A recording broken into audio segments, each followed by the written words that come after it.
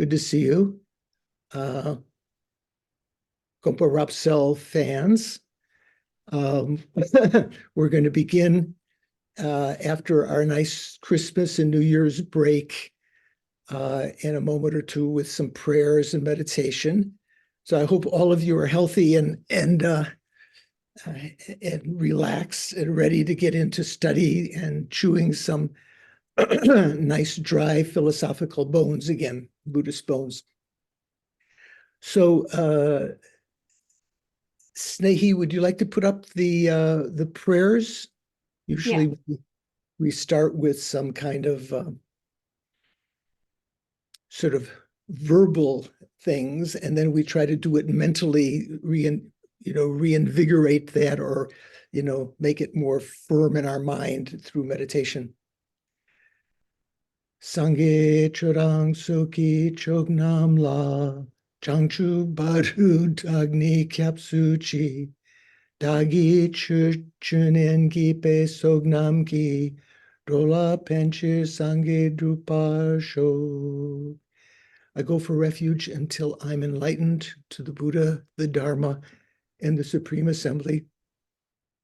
Through the collections I create, through listening to the Dharma, may I become a Buddha in order to benefit migrating beings.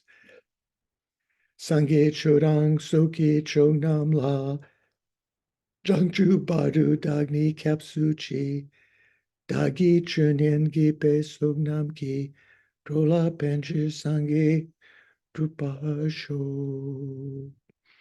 And then a mandala to our primordial gurus who manifest in this lifetime as our various teachers, the Dalai Lamas, Lama Zopa Rinpoche, Serkon Rinpoche, Yangtze Rinpoche, and so forth. Sashi Poki Jukshing Meto Tramri Rab Lingji Nide Genpadi Sangye Shindu Mikte Uwagi Trokunam Dak Shingla Chupasho Jesun Lama Dampa Kena Kichuku Kala Kenze Chu Sinti Jitar Sampe Dulje Zinmala Sabke Chuki Charpa Abtu So you should notice in the first line where it says Jesun Lama Dampa Ke Nam Ki, Nam is a plural, so it should say, O holy and perfect, pure Lamas from the clouds of compassion that form the skies of your Dharmakaya wisdom, please release a rain of vast and profound Dharma precisely in accordance with the needs of those to be trained. Idam Guru Rana Mandala Kam Niryatayami. And then the foundation of good qualities, because we're just starting another 8-week session. The foundation of all good qualities is the kind and perfect Guru. Correctly following the Guru is the root of the path. By clearly seeing this and applying great effort, please bless me to rely on the Guru with great respect. So you should remember this prayer was composed by Lama Tsong Khapa and is kind of a glance meditation on the Lam Rim, often recited before teachings. When I have discovered the precious freedom of this rebirth is found only once, is extremely difficult to find again, and is greatly meaningful, please bless me to unceasingly generate the mind taking its essence day and night. This body and life are changing like a water bubble, or let's say they are transient like a water bubble, remembering how quickly they perish and death comes. After death, just like the shadow follows the body, the results of black and white karma follow. When I have found definite conviction in this, please bless me always to be conscientious in abandoning even the slightest collection of shortcomings and accomplishing all virtuous deeds. When I have recognized the shortcomings of the samsaric perfections, there is no satisfaction in enjoying them. They are the door of all suffering, and they cannot be trusted. Please bless me to generate a strong wish for the bliss of liberation. Through my being led by this pure thought with great mindfulness, alertness, and conscientiousness, please bless me to make keeping the individual liberation vows the root of the teachings my essential practice. So that means not just the individual liberation vows of a monk or nun, but those vows that many of you have taken as lay practitioners. Just as I have fallen into the sea of samsara, the ocean of samsara, so have all mother transmigratory beings. By seeing this, please bless me to train in supreme bodhicitta, which bears the responsibility of myself freeing migrating beings. Even if I develop the mere bodhicitta, just wishing bodhicitta, without familiarizing myself with the three types of morality, I cannot achieve enlightenment with that alone. Seeing this well, please bless me to keep the vow of the sons of the victorious ones with fervent effort. By having pacified distractions to wrong objects and correctly analyzing the meaning of reality, please bless me to quickly generate within my mind stream the unified path of calm abiding and special insight, shamatha and vipassana. When having studied in this way, practiced in this way, when I've become a suitable vessel by training in the common path, please bless me to immediately enter the holy gateway of the fortunate ones, the supreme of all vehicles, the Vajrayana. At that time, the basis of accomplishing the two attainments, the two siddhis, the common and uncommon, is keeping my vows and words of honor, my samayas, purely. When I have gained effortless conviction in this, please bless me to protect them even at the cost of my life.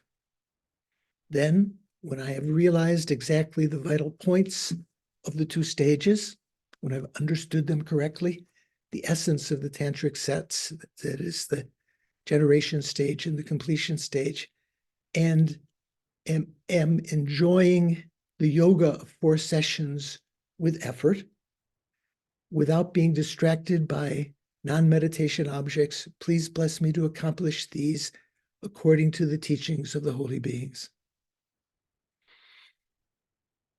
Thus may the virtuous friends who reveal the noble path and the spiritual practitioners who correctly accomplish it have long lives. Please bless me to pacify completely the collections of outer and inner obstacles. Okay. So sometimes there's another verse added at the end. Oh, yeah. There it is. I guess I missed that. In all my lives, may I never be separated from perfect gurus. May I enjoy the magnificent Dharma. And by completing the qualities of the grounds and paths, may I quickly attain the state of Vajradhara. Okay. So good to see you. Hi, John. Uh, Karen has just showed up. So we're going to begin with a little meditation as usual. As we've done some prayers beforehand, we'll do a little bit shorter. So please sit comfortably. Relax your body. Relax your mind. Place your mindfulness on the breathing in front. That presupposes having first recognized the breathing, because mindfulness is something that holds an object that's been realized already in mind. Simply recognizing when you're breathing in, breathing out, whether it's a long or short breath. Let all other mental activities cease, all other distracting mental thoughts.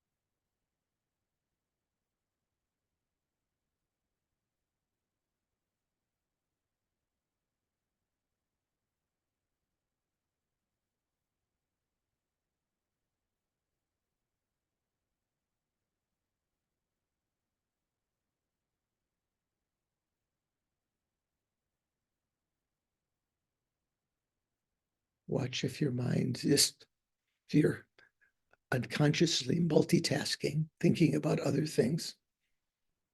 Retrieve that energy, let go of those thoughts, and invest that mental energy instead in being mindful of the breathing.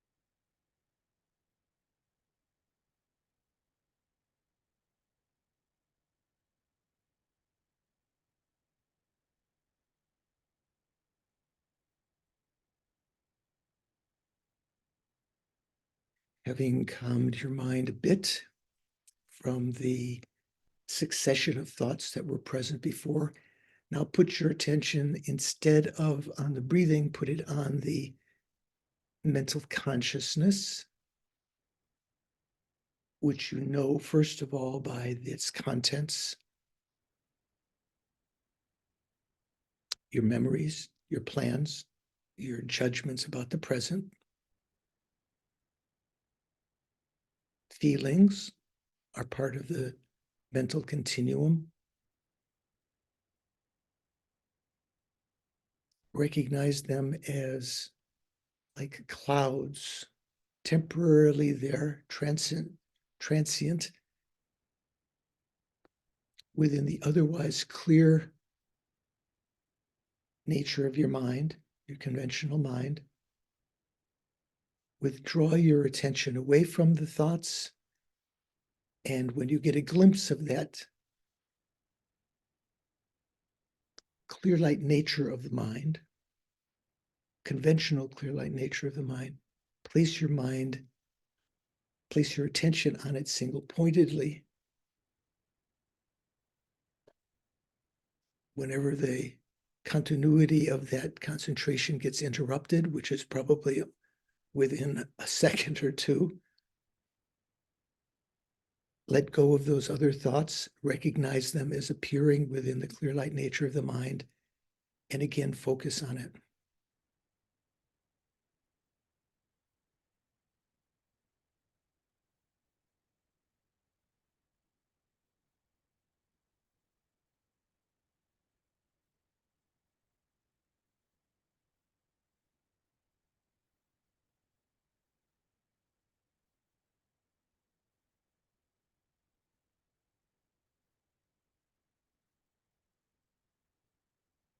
This conventional clear light nature of the mind is the absence of any resistance in the mind to the emergence or dissolution of thoughts. Its lack of any viscosity, so to speak. This is called the conventional clear light nature and the developmental Buddha nature.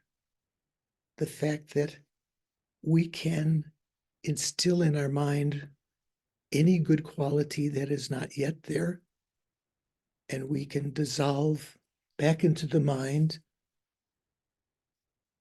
all of the negative traits that we still have as we're working to abandon them completely.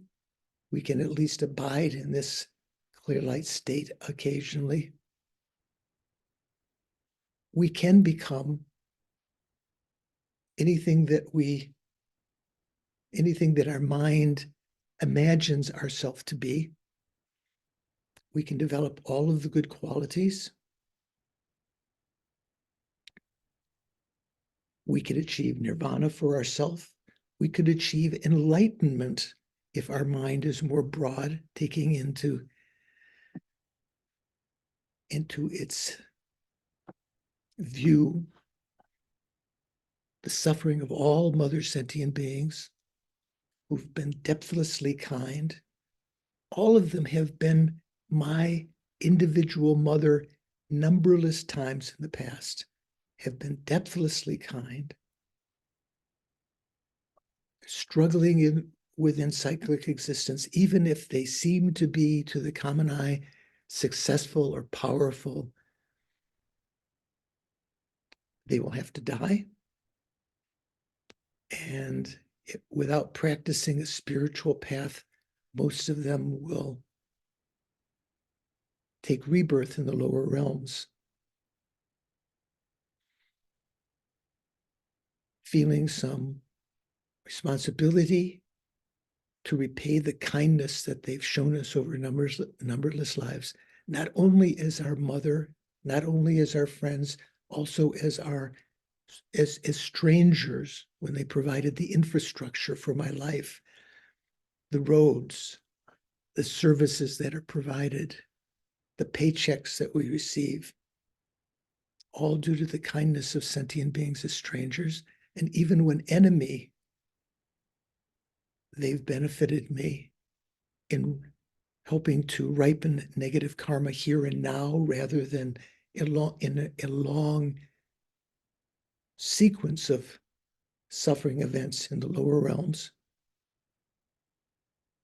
Think I must become enlightened for their sake and lead them out of suffering, placing them into everlasting blissful happiness. To do that, I need to accumulate the two collections of merit and wisdom, which I'm generally not very educated in. It's not part of the parlance of ordinary beings. In order to understand how to accumulate those two collections, which are the basis for achieving the form bodies of the Buddha, the Nirmanakaya and Sambhogakaya, and the mental body, the Dharmakaya. All the instructions are mentioned in the commentary by Lama Khapa that we're studying, Gompa Rapsel, commenting on Chandrakirti's Madhyamakavatara, entry into the middle way, which in turn was commenting on Nagarjuna's fundamental wisdom, his great treatise, which was explaining the perfection of wisdom sutras of the Buddha himself. To think, I'm going to participate today, not just to accumulate knowledge, not just to get better temporarily, but to eventually become enlightened for the sake of all mother sentient beings.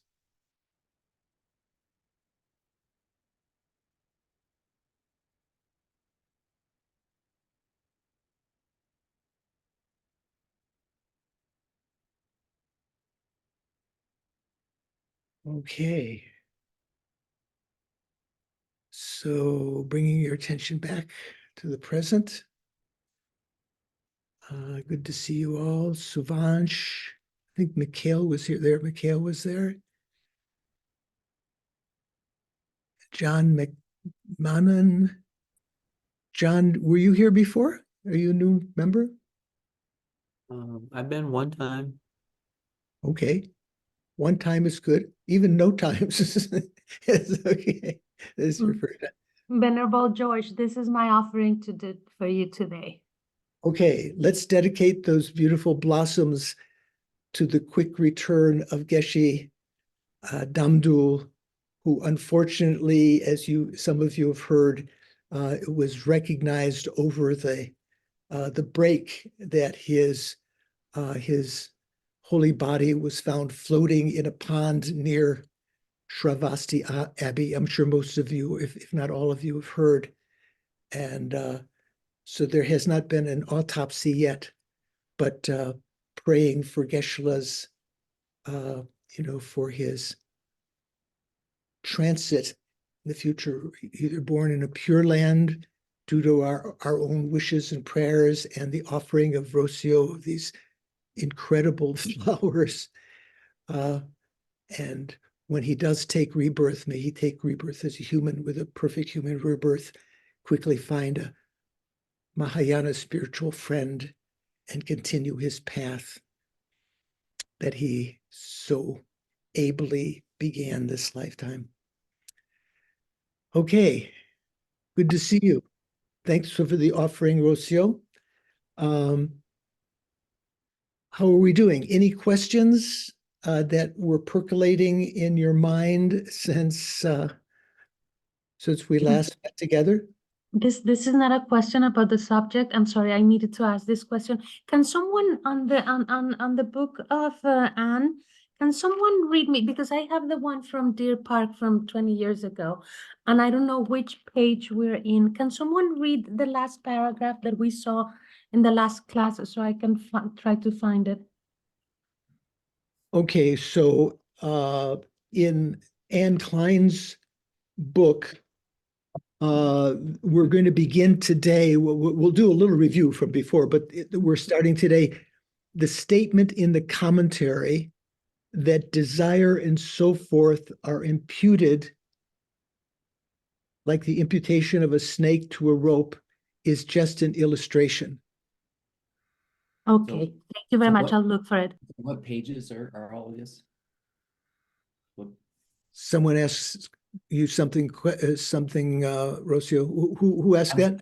I was just asking for both texts, what pages are we looking at? Oh, thank you. So in Anne Klein's book, it is page 176. In Jimpa's book, it is page 182. Thank you. Okay.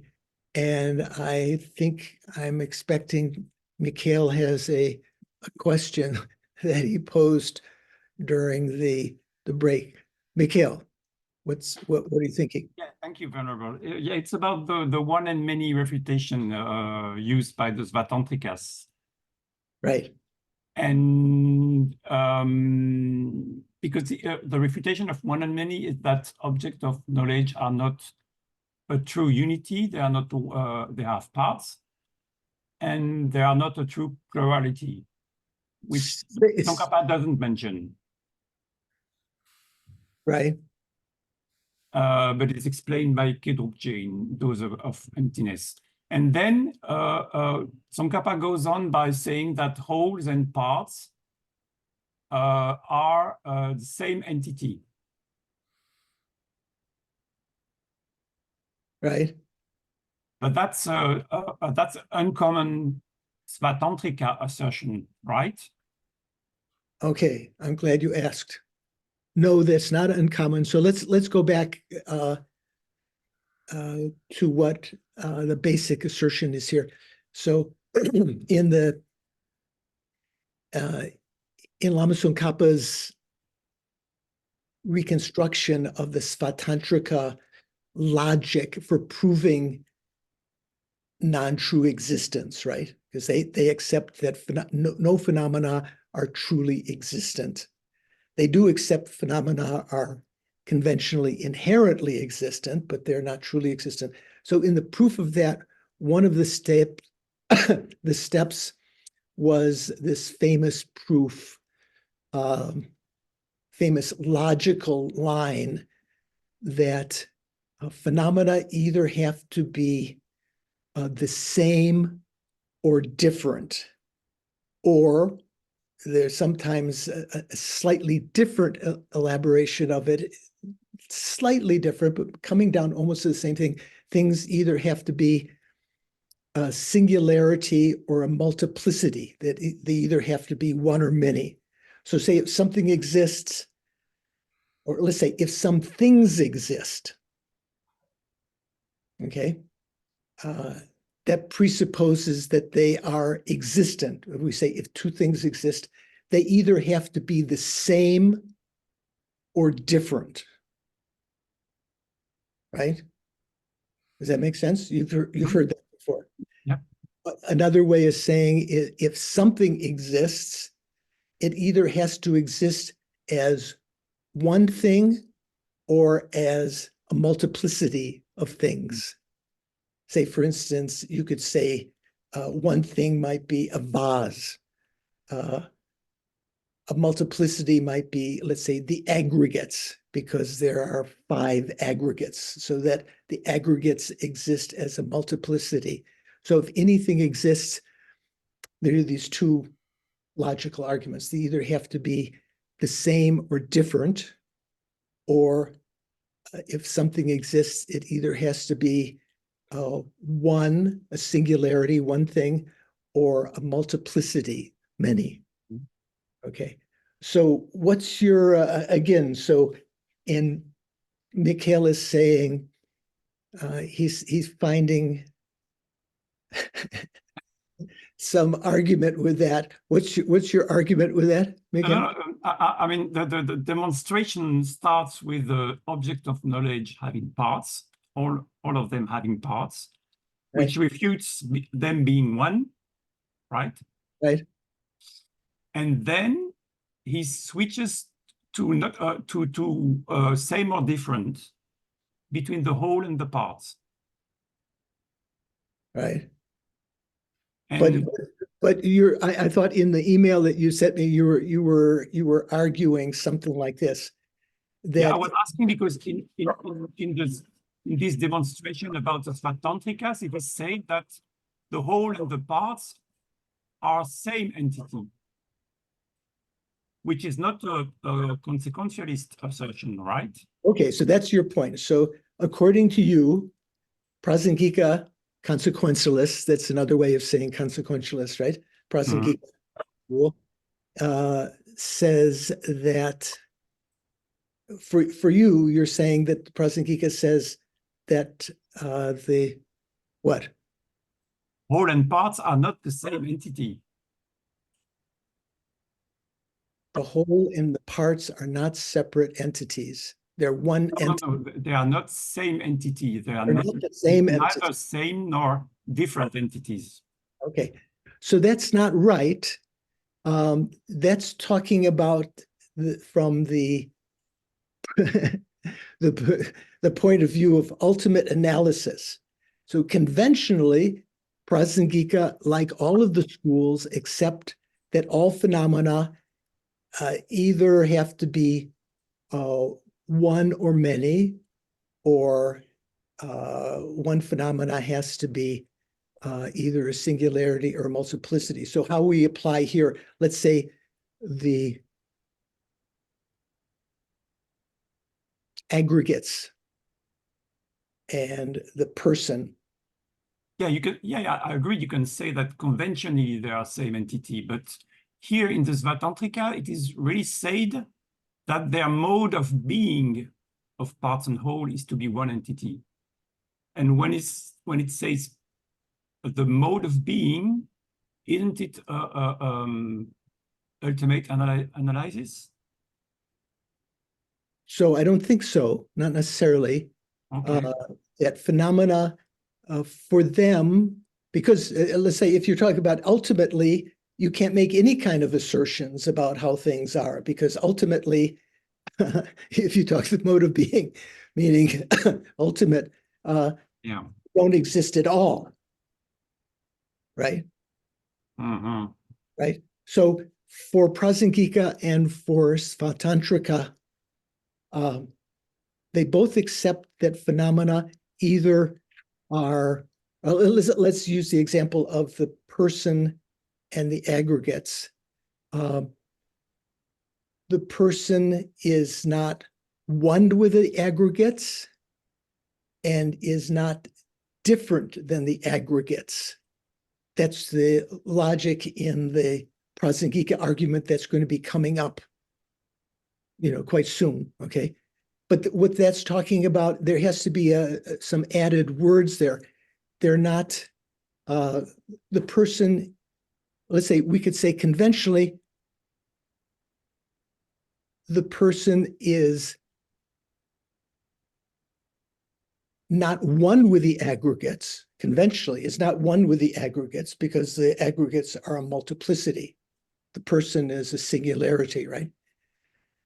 But the person is conventionally different than the aggregates. The person is not the aggregates. So when you use this argument that's going to be coming up, you have to say that the person is not inherently different than the aggregates. Because if it was inherently different than the aggregates, it would have no relationship to them at all.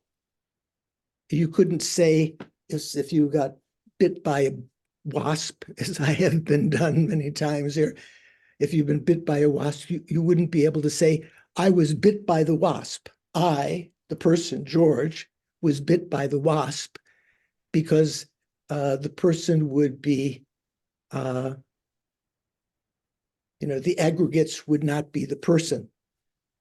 So you have to say is not inherently, the person is not inherently different than the aggregates. That's the crucial point in that question that you posed in the email to me, Mikhail.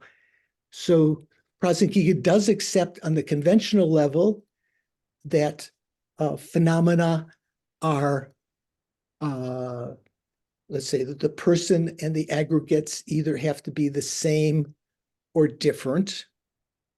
And in fact, the person is, for Prasangika, conventionally, the person is not the aggregates, it's not the same as the aggregates, it is different than the aggregates. But when you use the ultimate analysis and you're analyzing whether the inherently existing person that your mind has identified as the object of negation, the inherently existent person is not inherently one with the aggregates, and it's not inherently different than the aggregates. Therefore, because any phenomena that exists, if you take two phenomena, the self and the aggregates, they either have to be the same or different if they exist. Therefore, the inherently existent person doesn't exist. That's the argument that we're going to be sort of investigating at depth. Does that help a little bit? Yes. So in the autonomous demonstration, In the what? in the Svatantrika demonstration, Yeah. it is said that so conventionally whole and parts are same entity, although they appear as different. That's the argument. Yeah, right? In the Svatantrika, they're saying what? Yeah, that it is said that the mode of being of parts and whole is to be one entity, although they appear as different. Right. Right. So they are conventionally one, but appear as different, right? Right. Well, here you're talking about the whole and the parts, right? Yeah. So that's a little bit different than what I was talking about, the person, which is imputed on the aggregates. So the whole, let's say the Subaru or the chariot, is one entity with its parts, right? It's not a separate entity than its parts. If it was a separate entity from its parts, then if you took away the parts, you took away the spokes and the wheels and everything, or the different parts of the Subaru, a modern example, the chariot or the Subaru would still exist if they were different entities. So the part possessor has to be one entity with its parts, right? Okay, I see. Yeah, yeah. Thank you. Okay. So, anything else that you've been storing up to ask, Shankar? It's a much easier question than the Okay. and not quite related to this, but during it reminded me when we were doing the meditation. So the Vairochana posture, right? The 7-point posture, and one of them is how to, you put your right palm over your left, right? Is that correct? Yeah, I have to put my hands up to show. Okay. Yeah, right. Recently, Left hand is first. Left hand is first, right? Yeah, right hand over left. Recently, at a calm abiding retreat, our local, the Geshe Tashi who is teaching here, he spoke multiple times about left hand over right. And I'm thinking, like, have you ever, I'm going to ask him, but I was just thinking during a meditation, like, have you ever, I've never heard of the Vairochana posture with the left hand over right. Right. So generally the left hand is first, the right is on top, symbolizing that we always begin sort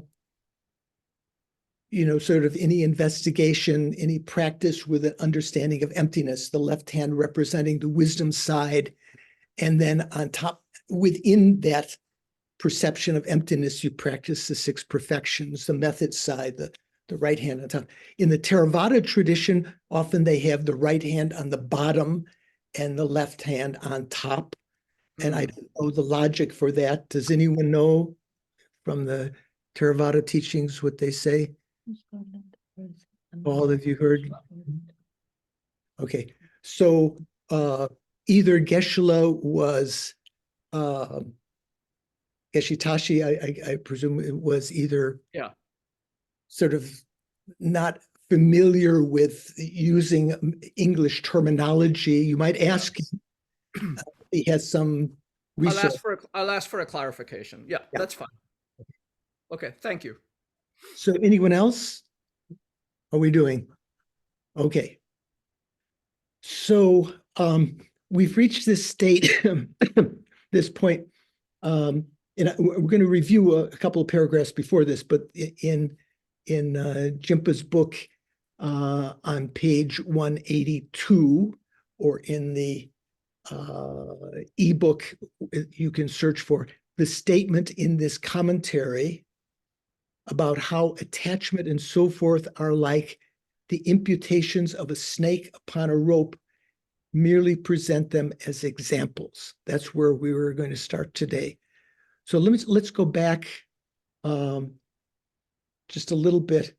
Before that, we had a couple of quotations from the 60 stanzas of reasoning. One that stated, the Buddhas have stated that the world is conditioned by ignorance. So why would it be unreasonable to say that this world is a product of conceptualization? Or as Anne translated that, this is stanza 37 of the 60 stanzas on reasoning. Is that right? 60 stanzas? Yeah, 60 stanzas of reasoning. Stanzas 37, verse 37 says, the perfect Buddha stated that the world has the condition of ignorance. Therefore, how could it not be feasible how could it not be feasible that this world is imputed by conceptuality? So sometimes when you have these multiple negatives, sometimes the negative is in the prefix, like how could it not be feasible, or as Jimpa said, why would it be unreasonable? The negative is there to say that the world is the product of conceptualization. So this section is giving some scriptural citations to indicate that phenomena are merely imputed by thought, and also indirectly, as we saw also in the questions of Upali, the quotation just before that, the flowers with their open petals that delight so many minds, the supreme gold mansions, resplendent and attractive, none of these has a creator. They're posited through the power of conception. Through conceptualization, the world is imputed. So these are showing, as we mentioned last time, that that phenomena from the highest point of view, philosophical point of view, from the Prasangika point of view, that phenomena conventionally exist as mere imputations that are imputed by conception. Okay, so we talked about that before. That quotation, the quotation from the 60 stanzas, and then the commentary. Lama Tsongkhapa mentions the commentary to the 60 stanzas, which was written by Chandrakirti himself, right? He wrote several commentaries, one to the 60 stanzas. The commentary to the 60 stanzas that we just read explains this verse to mean that the world is a mere conceptual imputation and does not exist in its own right. So that phenomena, unlike the Svatantrika point of view, where phenomena are inherently existing and there's something out there, some basis of imputation that exists inherently, for the Prasangika, that is not the case. Phenomena are mere conceptual imputations.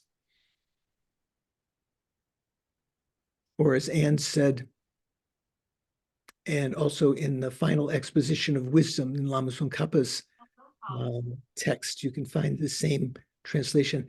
The meaning of this statement is explained in Chandrakirti's commentary as being, what was it? The meaning of the statement is explained in Chandrakirti's commentary as being that the worlds, that is, beings and environments, are imputed by conceptuality. They are not established by way of their own entities. Okay, so that was what we talked about before. And then a statement from the 400 stanzas by Aryadeva. If without conceptualization, attachment and so on do not exist at all,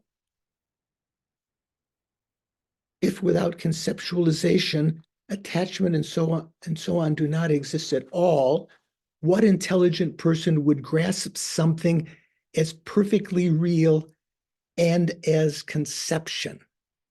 So the idea here is that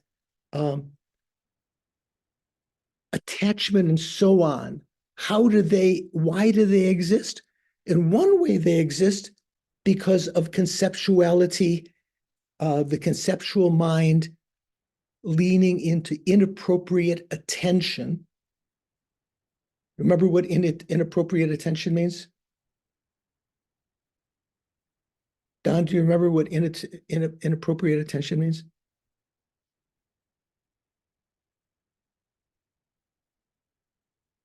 You're muted still.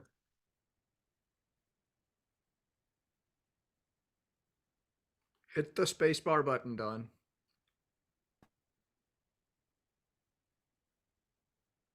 Okay, you'll get it eventually. Okay, I'll ask someone else. Stephen, what does inappropriate attention mean? Do you remember? Yeah, thank you, Venerable George. So it's kind of one of the links in the chain of when a feeling arises, either pleasant or unpleasant, and one notices that, and then if one pays more attention than it's really worth, one begins to elaborate, and that is inappropriate attention. Yeah, the inappropriate attention is thinking about it the wrong way. You can think about it the right way. You can think, oh, this feeling is impermanent. It's a source of, it's actually suffering. You know, if it's a pleasant feeling, it's actually the nature of suffering. That's called appropriate attention. Inappropriate attention is thinking, wow, this is really good. I wish I could have this, sort of fueling the generation of attachment. So that's one sense that it means here. If without conceptualization, attachment and so on do not exist. But then it also means that even attachment itself, which is a phenomena, conventional phenomena, is imputed by conception. So there's a dual meaning there. Wait, repeat that last sentence again, please. There's a dual meaning to this sense here where it says, if without conceptualization, attachment and so on do not exist at all. In one sense, it means that attachment and so forth, these afflictions they arise, their existence depends on inappropriate attention, which is a type of conceptualizing mind, right? Without that conceptualizing mind, they wouldn't exist. But in a deeper sense, it's saying that even attachment, all of the afflictions, any kind of state of mind that arises, any mental factor that arises in our mind, being a phenomena, for Prasangika, they are merely imputed by conception. They don't have any real existence. So you don't have to be afraid of them.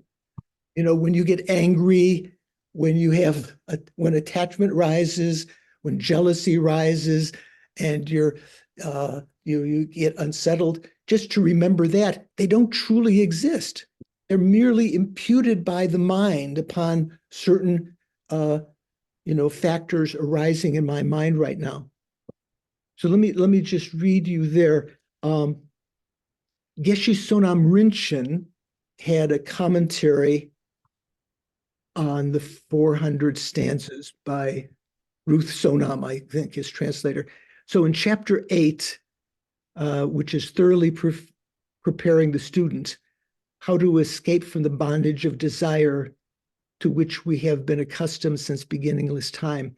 So in that commentary, it says, the existence of disturbing emotions such as desire cannot be found apart from the conceptualizations of an incorrect mental approach and imputation by conceptuality.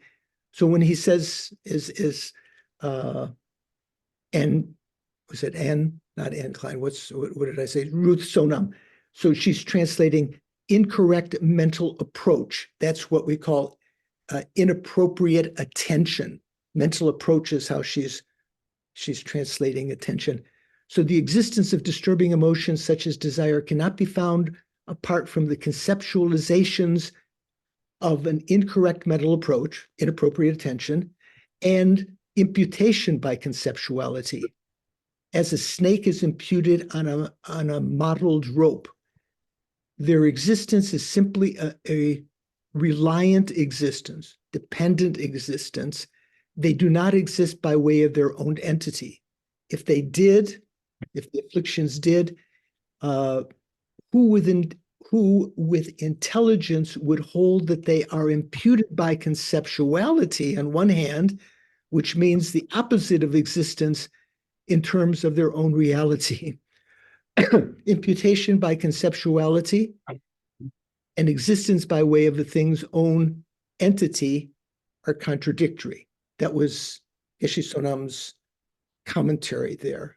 Okay, so So the commentary of Chandrakirti, again, Chandrakirti was, he got all the big ones, all the big important texts. He wrote commentaries to. He wrote commentaries, 2 commentaries of fundamental wisdom, the 400 stanzas, the 60 stanzas of reasoning, and a couple of others.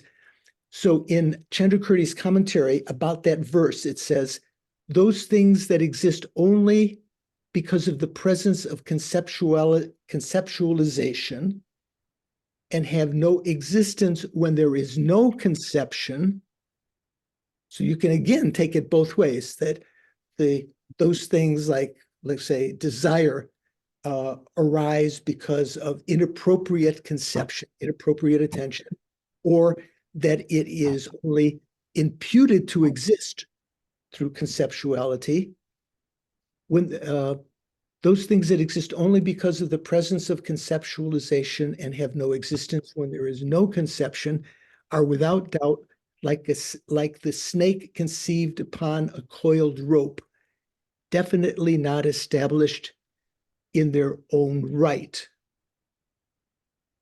Or as Anne translates that, those that exist only when conceptuality apprehending them exists, and do not exist when conceptuality does not exist, are undoubtedly ascertained as not established by way of their own entity, by way of their own nature, like a snake imputed upon a coiled rope. So if you see a coiled rope, mottled means sort of different colors together, sort of like mimicking the shades of the scales of a snake or something. You see that mottled rope in dim light, in my case, even in bright light, and you mistake it for a snake. There's no snake existing there at all. Like a snake imputed to a coiled rope, it is undoubtedly ascertained as not established by way of its own entity. There's no snake existing there by way of its own entity. In Jeffrey Hopkins' translation of that verse in his text, The Final Exposition of Wisdom, which I know Shanka has brought up a couple of times, he must have it handy there, he's read. So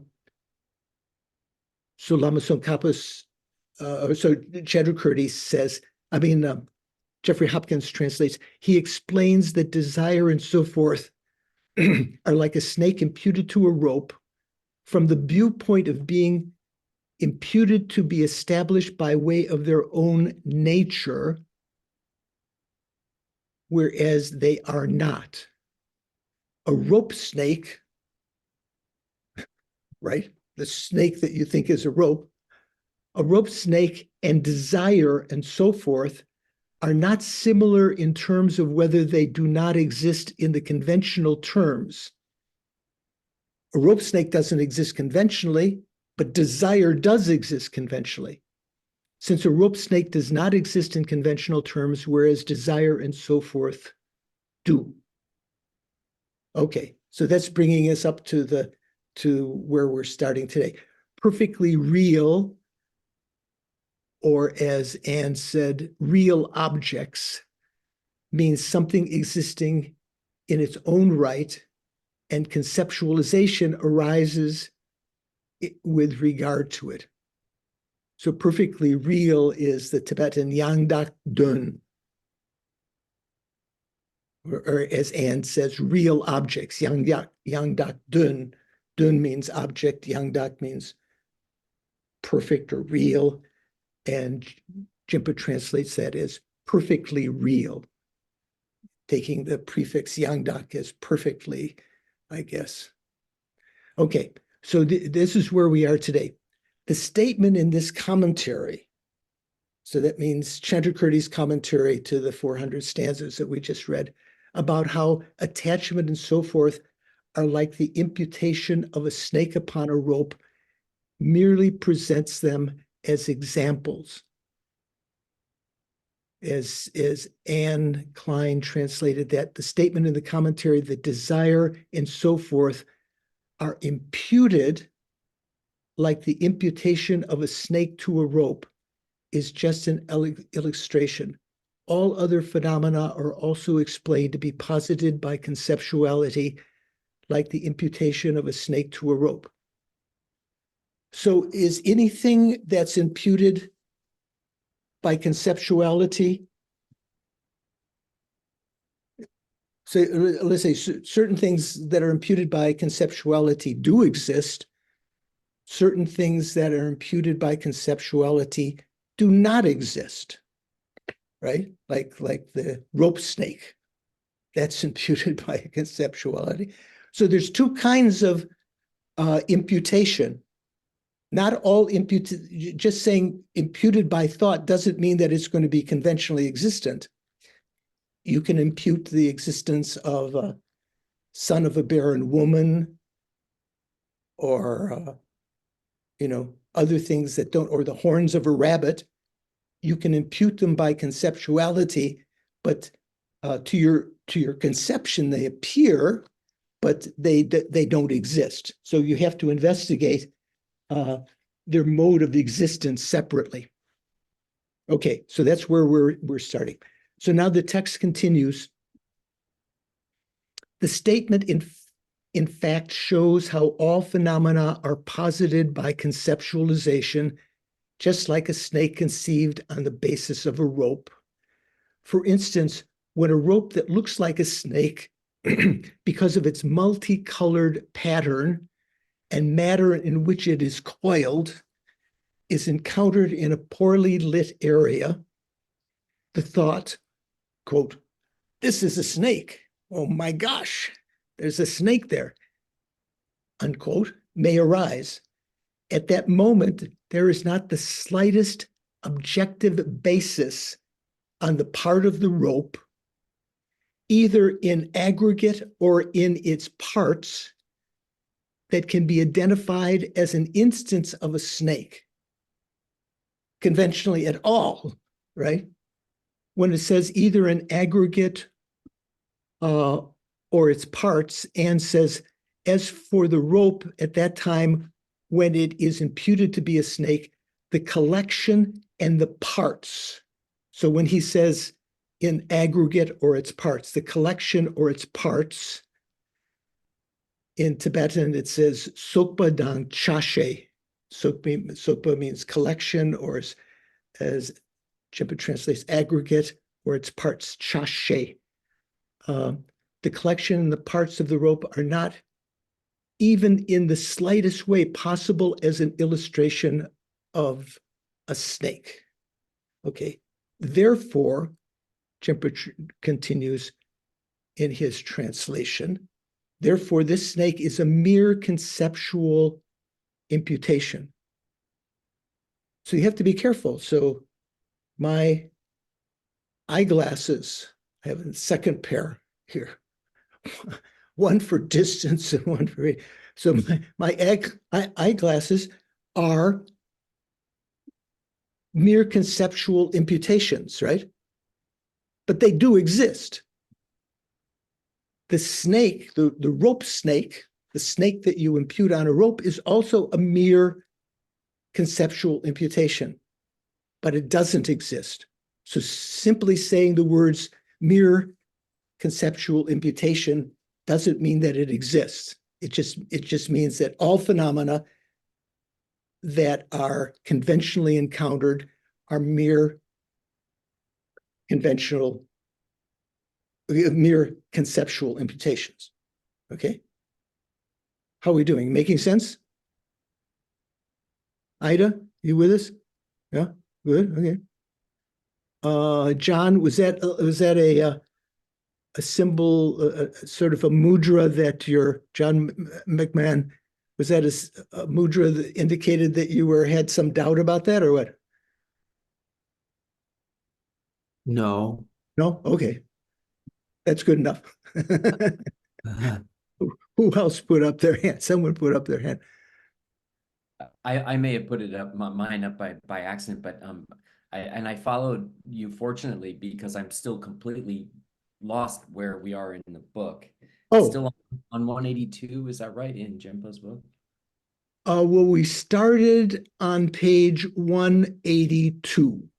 And Okay. I don't have the physical book. Oh, okay. It's Does anybody else? 182. It's 182, and we start in the second paragraph. I'll be right Okay, after thanks. the first quote, Okay, thank you. and then now we're in the third paragraph. Okay, so we're near the beginning still. So, Oh, I have it right. yeah, go on. So I'm trying to reconcile this with what we know as how we impute things, right? So we impute things on top of a basis of designation, right? Right, So or basis of imputation, you could use the basis same of word. imputation. Yeah. So in this case, so clearly, your eyeglasses. So when you impute eyeglass, the basis of designation is something that has things that go over your ears, and the collection of things that make up function as an eyeglass, right? If you Well, are that's not the case for Prasangika, but anyway, yeah. It's not just the collection of parts or something like that it's with imputation. okay, let's table that for a moment. Yeah. So okay, so that's the basis of designation for eyeglass. Now, for a rope snake,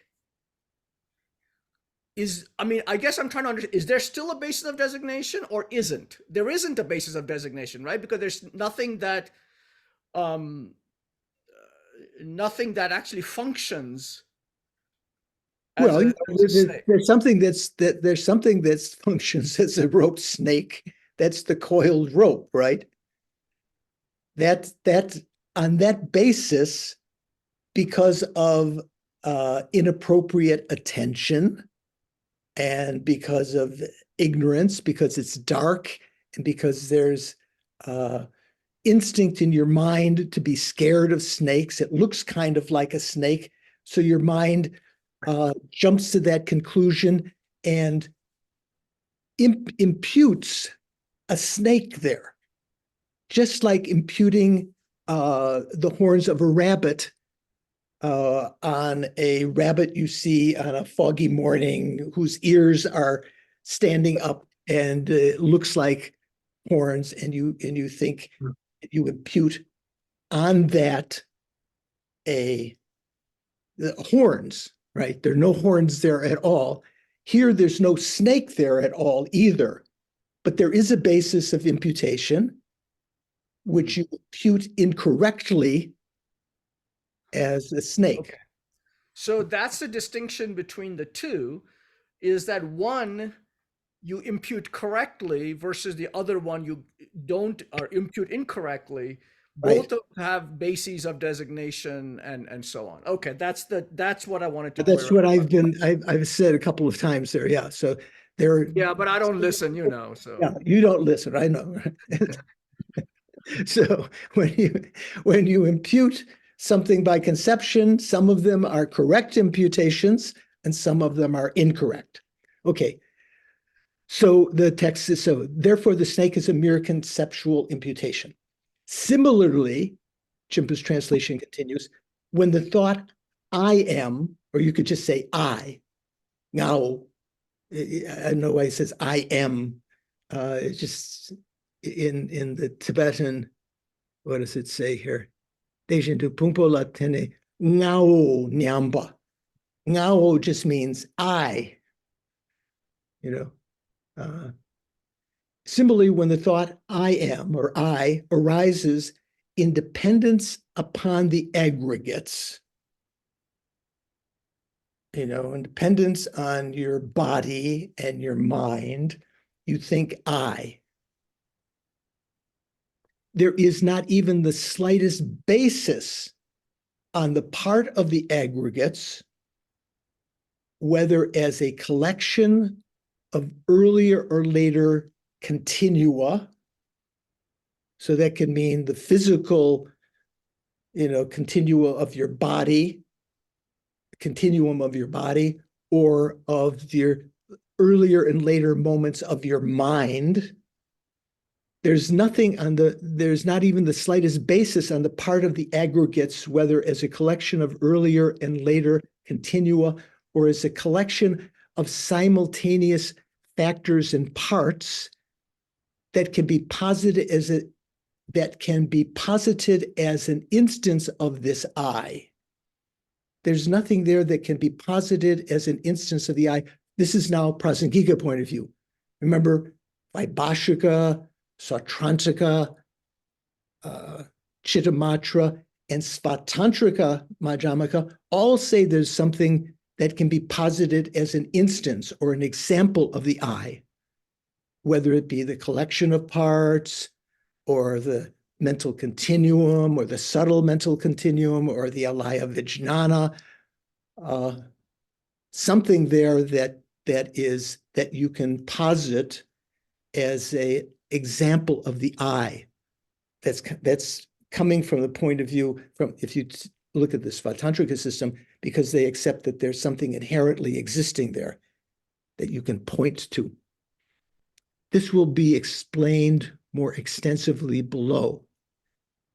So with regard to that, Anne translated that in the same way, when the thought I arises, independent on the mental and physical aggregates, nothing in terms of the aggregates, neither the collection. Remember, because when we talk about Vaibhashika, they say the collection of the aggregates is the person or something. Neither the collection, which is the continuum of earlier and later moments, nor the collection of the parts at one time, nor the parts of those mental and physical aggregates is even in the slightest way possible as an illustration of that I.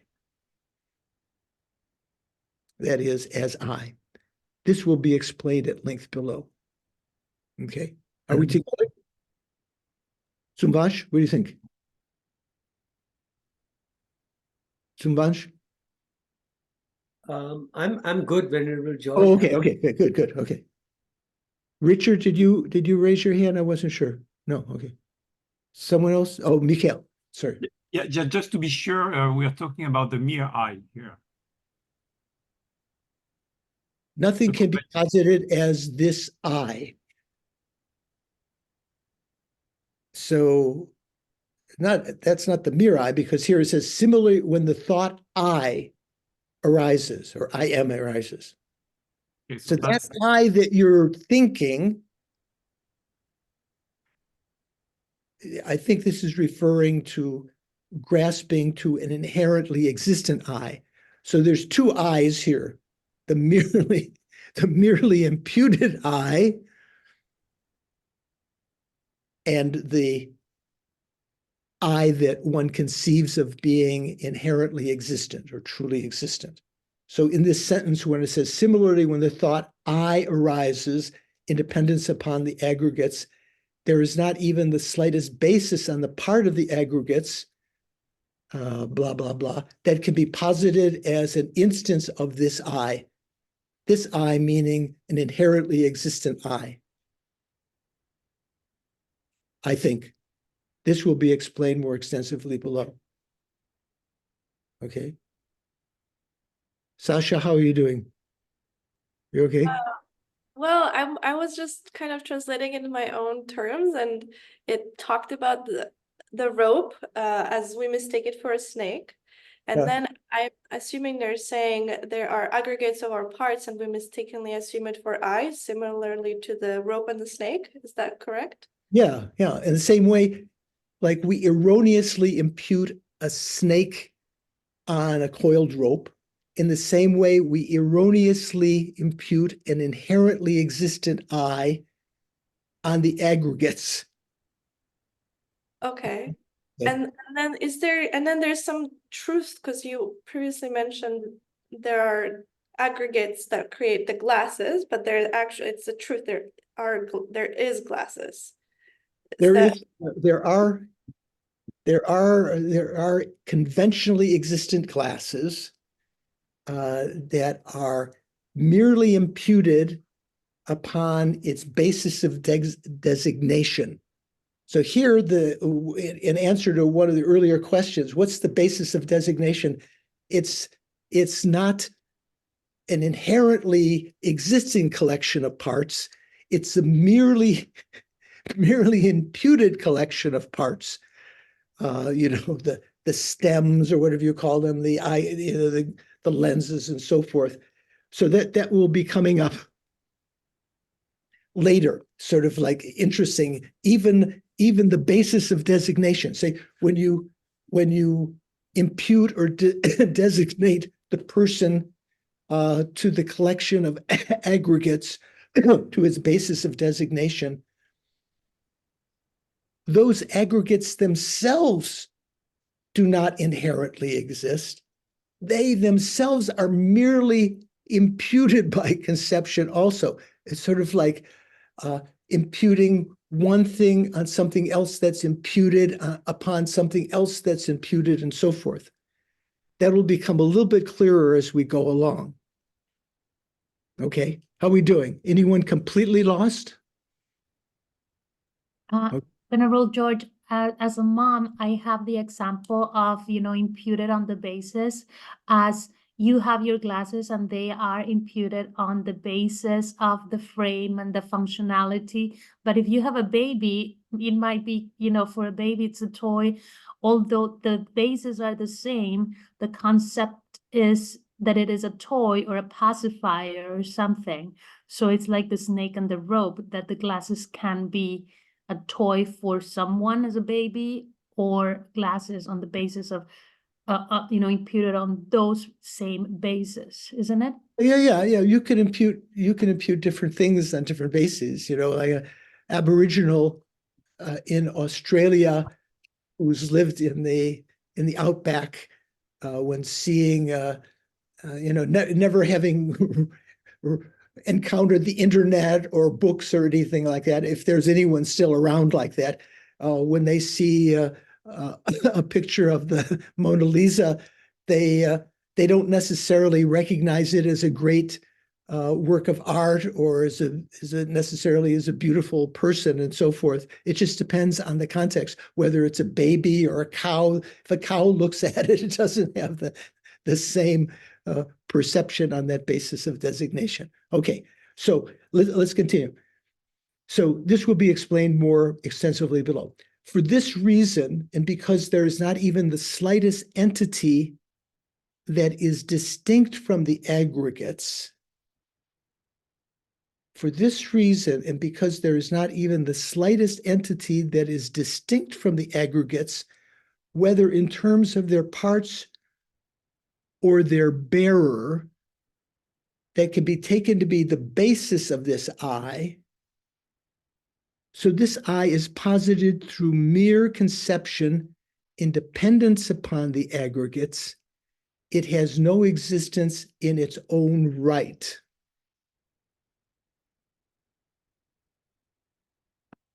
What does Anne say right there? Because of this, Anne's text says on the bottom of page 166, the last paragraph, because of this, and because there is not even the slightest something that is an entity different from the parts of the aggregates. Is that what Jimba says here? Distinct from the aggregates. Because of this, and because there's not even the slightest something that is a different entity, that is an entity different from the parts of the aggregates or the whole. So there, when it's talking about the bearer of the parts and so forth, or the whole, that is apprehendable as an illustration of the I. The I is merely posited by conceptuality in dependence upon the aggregates. It is not established by way of its own entity. Okay. Are we okay? Something to think about. So then there's a quotation from the Precious Garland, Tibetan Rinchen Tengwa, by Nagarjuna. So this is one of the texts that is Chandrakirti himself often quotes from, Precious Garland, in adding detail to the root verses of the Madhyamaka. So this verse, I think it's verse 80. In Anne's text, she mentions stanza 80. The individual is not the earth, nor the water, is not the fire, nor wind, nor space, not the consciousness, not all of these. Where then is the individual apart from these?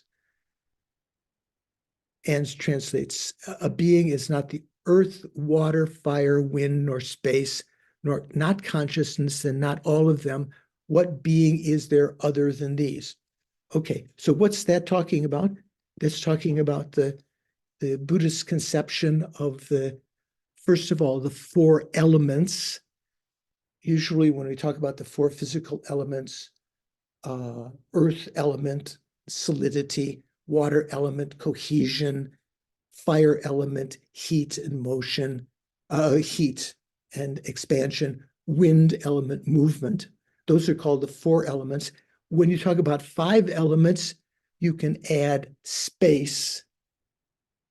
So space is another, when you talk about, let's say, the being, there's space in your belly if you're hungry. Maybe no space right after Thanksgiving dinner. There's space in various places in your body. And then a sixth element, consciousness. So these are sometimes referred to as the 5 or 6 elements. The 4 elements means the 4, earth, water, fire, air. And then 5 elements, you add space. 6 elements, you add consciousness. So a person is not the solidity of their body, sort of like maybe more sort of like the meaty part of your body or the bones and so forth, is not the water. So there are actual water elements in your body, but there's also cohesion within the body that the water element represents. It is not the fire, the heat of the body, let's say the digestion and so forth and so on, is not the wind. The wind element provides mobility for the consciousnesses and so forth. And also in our breathing meditation is part of our being, and is not the consciousness. A being, which is a synonym for person. Usually being is what we translate as kebu. What is it? Purusha, I think, right? A being is not the solidity, the cohesion, the water, the fire, the wind, the space, or consciousness, and not all of them together. You can't find the person anywhere within those. What being is there other than these? So that's implying if you had a person. So these are sort of like another way of taking the basis of the person. Rather than taking the 5 aggregates, we talk about these 6 elements. So the person, in a sense, is imputed upon these 6 elements, but there is not anywhere within them anything that you can point out as the person or the being. And what other person could there be other than them?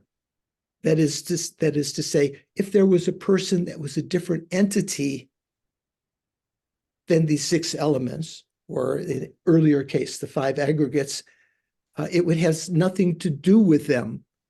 If you talk about an inherently existent person, it would have nothing to do with them at all, and it would not recognize the basis of designation as being me. Venerable George, Did you want to take a few minutes break?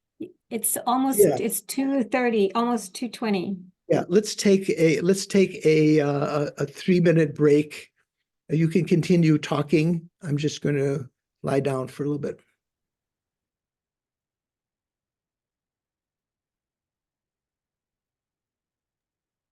I'm just going to pause the recording, so if people do want to talk, it won't be recorded till Venerable George gets back. No, there was another movie where he goes, "I'm back." Yeah. That's Okay. that's the Terminator, Okay, so Arnold. it wasn't Jack Nichols. So Minto, what do you think? You're patiently waiting for a chance to ask a question. Yeah, I guess it's not exactly like a question. Maybe it's a question, but you think that this contemplation of the body not as a body, I am not the four element, earth, water, fire, and air.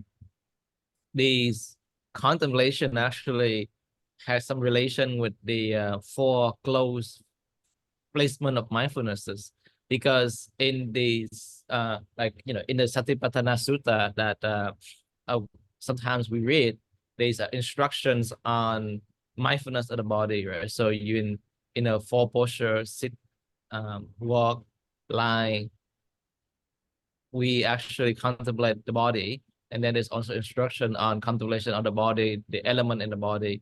So I was thinking that is there a relationship between these mindfulness of the body, and then when we do the mindfulness of the body, because when we practice mindfulness of the body, then you do see that the body do sort of in some form consists of the four elements, and then when we actually like right, you try to, in certain points, you try to recognize the instances of the four elements in the body, but I don't think that generally either in the Theravada tradition or in the Mahayana tradition is extended to this meditation. This is now adding another factor, as the famous verse from Nagarjuna's Precious Garland. So the next, yeah, it was just that one verse. So, so Chimpa's text continues here. Individual or being is the person. So these are synonyms of the person. So in Tibetan, Kebu, correct me, John, are you here? John disappeared. Oh no, John, Paul's here. Paul, Kebu is Purusha? I believe so. Okay, so here, what Jimpa translates as individual is the Tibetan word Kebu, and there's various synonyms of that. Also the person, which is Kangsak, which is what? Atma, right? Or no? No, that's the I, the I. The person is Kangsak. I can't remember what Kangsak is in Sanskrit. Pudgala. Pudgala. The sentient being, Semchen, or just Sattva. And the I, in Tibetan we say Dak, or Atma in Sanskrit. I think maybe Aham. Aham, Aham.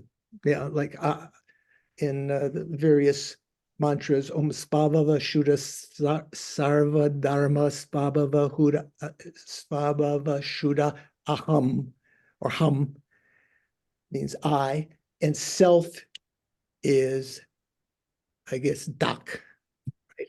Atma. Okay, so all of those are synonyms for the word person or individual. So not the earth and so on, up to not the consciousness. So that's the beginning portion, first three lines of that quotation, refutes the postulation of the six elements of the sentient being, which are its parts. So this is just another way of giving a basis of parts of the person. Another way, the famous way, is the 5 aggregates, right? But this is also another classic way, the 6 elements and so forth. Refutes the postulation of the 6 elements of the sentient being, which are its parts, as constituting the person. While not all of these, that's the end of that 3rd line in one of the translations, negates postulating the sum of these elements as the person. It's not all of them. The final line refutes postulating something that is a different entity from those elements as the person. Nevertheless, it is not the case that one does not accept the existence of the person at all, right? So what person are we talking about there? The merely imputed person. That does exist. That person which you don't try to analyze to find its basis of designation. You don't try to find an illustration of it within its basis of designation. If you just say Minto is that MIT wonk, Vietnamese MIT wonk out there in, where did you say, San Mateo, Minto? Yeah, San Mateo is to San Francisco. You didn't mind me calling you MIT wonk? I know. Computer wonk. So if you look for him, you can find him in California. Where? In San Mateo. You're searching, this conventional searching. You can find him in his house or apartment, I'm not sure, condo, whatever it is. You can find him in that particular room where he's sitting now. And then you can point out, where is Minto? It's not the plant over there. It's not the lamp. That's that guy there. That's Minto. But if you try to search within Minto's parts, you can't find anything that is an illustration of Minto. So Minto is just merely imputed upon that. So what did Jimpa's translation says? Nevertheless, it is not the case that one does not accept the existence of the person at all, nor does one accept the foundation consciousness and so on as the person. So in Anne's text, at that point, she made I think there's a note here. So on page 177 of her text, in the paragraph, the 2nd paragraph, it says, nevertheless, it is not that persons are not asserted to exist. Also, a mind basis of all and so forth are not asserted to be persons. So she quotes there, she has a little note, a footnote there, 4. And I'm having trouble. Can anyone read from her? Oh, I can look here. What footnote 4 says here? It's an interesting point. So this is talking about pages 170. And the other glasses. It's on page 270, Venerable. 270, thank you. In her translation. So it says, it's supposed to be note 4, right? Yes. Am I on the right page here? Okay. Okay. Oh, in note 5, it says, perhaps the meaning of this cryptic conclusion. What is the cryptic conclusion? That the alaya vijnana is not the person. Why is it mentioning that? Let me get back to where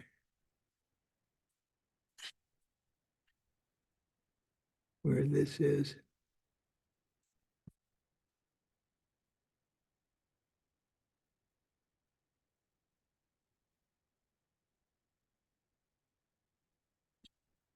Oops, sorry. Okay, I've lost where that is. That's Venerable page- George, yeah, I Okay. think I found it. It says, perhaps the meaning of this cryptic conclusion is that if a mind basis of all were a person, then since a mind basis of all is held not to realize anything, it could not be a superior, an Arya, and thus one could not reasonably assert superiors, Aryas, in such a system. Right. So this That's is her note on page 270. right. That's note number 5, right, Paul? Or Correct. Note number 5 on 270. Note number 4 just gives the Sanskrit and Tibetan for Alaya Vijnana, Kunshinam Parshepa. so the point here in Jimba's text, he doesn't go into any of that explanation. He just says, nor does one accept the foundation consciousness, which is one English translation of Alaya Vijnana. One does not accept the foundation consciousness as the person. So that gives a little finer detail. I think that must be some conclusion that Anne came through in discussion with the Geshe that helped in the commentary in her translation. So therefore, the noble Nagarjuna, Chimpa says, therefore the noble Nagarjuna too accepts the nature and existence of the person exactly as explained by the commentary's author. Whereas, so he's taking the word Khapa as meaning Nagarjuna. This is the noble Nagarjuna. But Anne Klein's translation says, therefore, in accordance with the commentary by the commentator Chandrakirti, superiors are also asserted. That's the point where Anne's comment comes in. So instead of Jimpa saying, therefore, the noble Nagarjuna, the word Pakpa or Arya in Lama Tsongkhapa's text,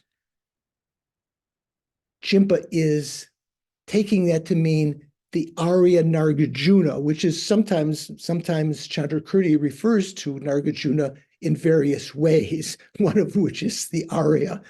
But here, Anne is not taking it to be that. The word Nagarjuna doesn't appear in the Tibetan of that sentence at all. It says, Delpa sepe telpa tar pakbayang shedo. Therefore, in accordance with the commentary by the commentator, that means Chandrakirti, superiors are also asserted. And as Paul just read, this is where I had the note, perhaps the meaning of this cryptic conclusion is that a mind basis of all, if the Alaya Vijnana foundation consciousness were a person, so you have to remember something from the Chittamatra system and the Yogacara Svatantrika.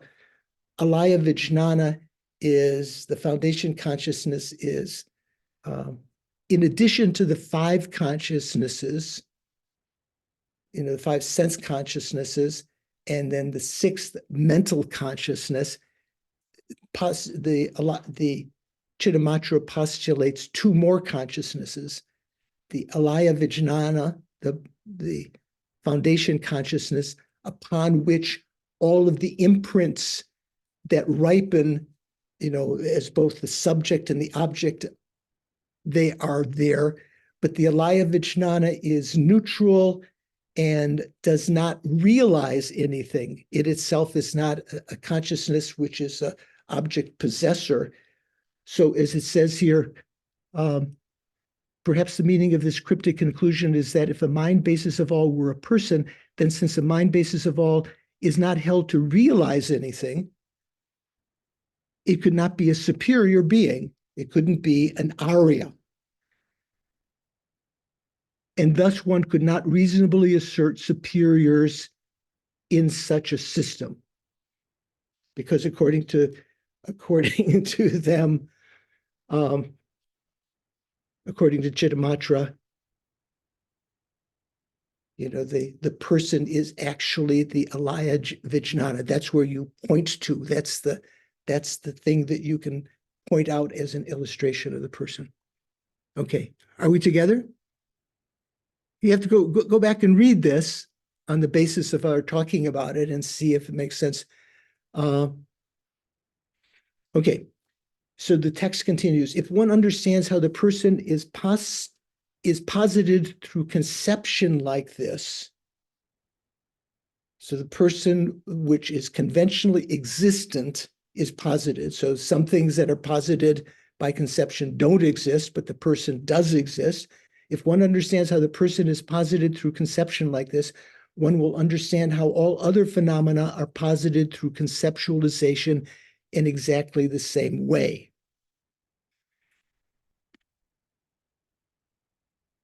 So then there's a quotation from the King of Meditation Sutra, the Samadhi Raja, or the King of Meditative, let's see, in Anne's text, where is that? It's on page 177. Okay, I skipped that, right? Middle of the page, 177, Venerable George. Oh, okay. The King of Meditative Stabilization Sutra, or as Jimpa says, what did he call it? The King of Meditation Sutra. So this is the famous Samadhi Raja. It says, just as you have known the discrimination of self, I'm reading Anne, apply this mentally to all phenomena. Whereas Jimpa says, what you've discerned with respect to the self, you must extend that thought to everything. Or as Hopkins' translation in his final exposition on wisdom, page 204, has that same verse. Just as you know, and he has in parentheses various additions from commentaries, just as you know how to generate discrimination, taking to mind the delineation of the mode of subsistence of a self. Right? So just as you analyze the self is a mere imputation, in other words, apply this mentally to all phenomena. So that's a very famous verse about that. Sorry, Mary Ellen, you had a question.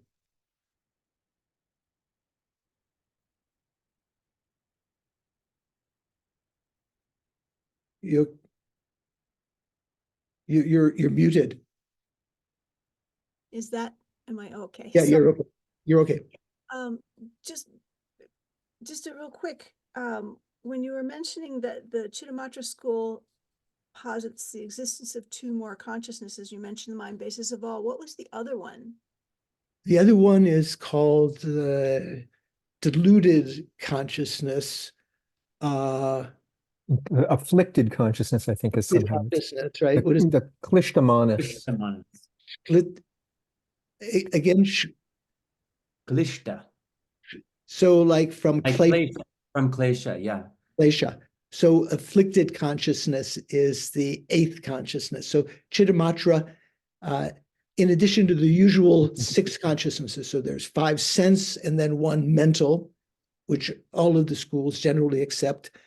The Chittamatra adds these two, and the Yogacara Svatantrika, some of them also accept these.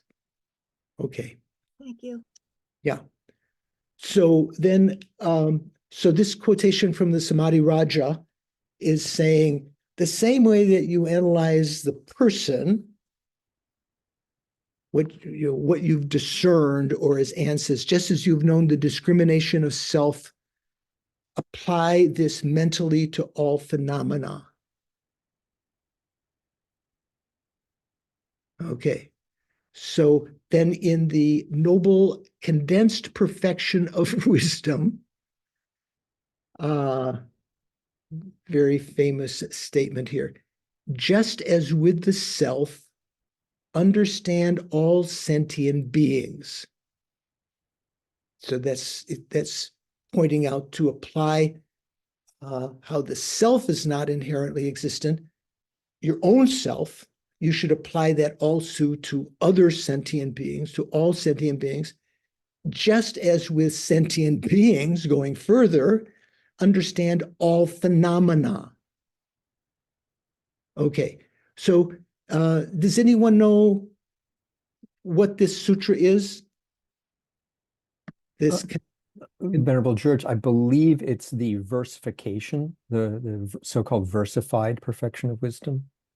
Yeah, so the Tibetans refer to it sometimes as Khapa Dupa. I think in this, here it actually just said Pakpa Dupale. Yeah, so it just means, Pakpa means Arya, Dupa means Samuchaya or compendium. In Sanskrit, that's called the Prajna Paramita Samuchaya Gatha. So here, Gatha, you know, when we talk about the verses and so forth, this is what Edward Conze calls the verse summary of the perfection of wisdom.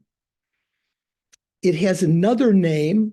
It's also called the Yondan Rinpoche Dupa, Siksuchepa, the Ratnagutna Samuchaya Gatha, the verses on the collection of precious qualities of the perfection of wisdom.